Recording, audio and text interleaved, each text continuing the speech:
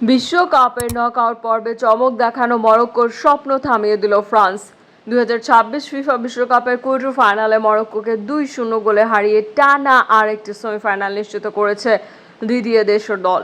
Match জুড়ে আক্রমণ, বলের দখল এবং কৌশলগত শ্রেষ্ঠত্বে প্রতিপক্ষকে ছাপিয়ে যায় ফরাসিরা।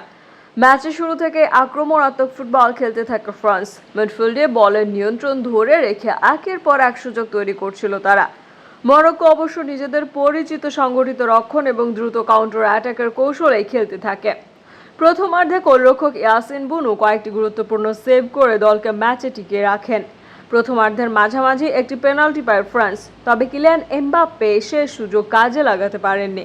পেনাল্টি মিসের পরও আত্মবিশ্বাস হারাননি তিনি। কিছুক্ষণ পর দুর্দান্ত ড্রিবলিংয়ে দুই ডিফেন্ডারকে কাটিয়ে অসাধারণ ফিনিশিংয়ে জালে বল পাঠিয়ে ফ্রান্সকে 1-0 ব্যবধানে এগিয়ে দেন।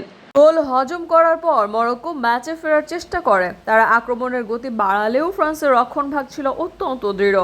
উইলিয়াম সালিবা ও দায়ো উপমেকানো একের পর এক আক্রমণ প্রতিহত করেন, ফলে মরক্কো পরিষ্কার গোলের সুযোগ খুব কমই তৈরি করতে পারে।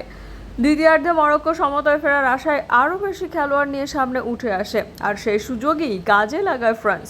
দ্রুত এক পাল্টা আক্রমণে এমবাপ্পের নিখুঁত পাস বাড়িয়ে দেন ওসমান দেমবেলের উদ্দেশ্যে।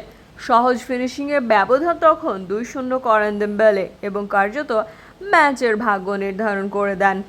এই জয়ে ফ্রান্স আবারও দেখিয়ে দিল বড় ম্যাচে তাদের অভিজ্ঞতা ও মানসিক দৃঢ়তা কতটা কার্যকর।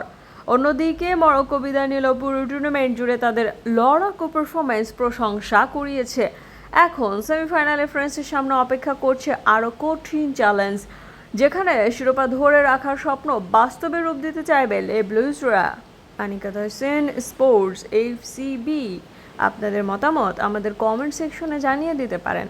স্পোর্টস এফসিবির সাথে থাকার জন্য অসংখ্য ধন্যবাদ।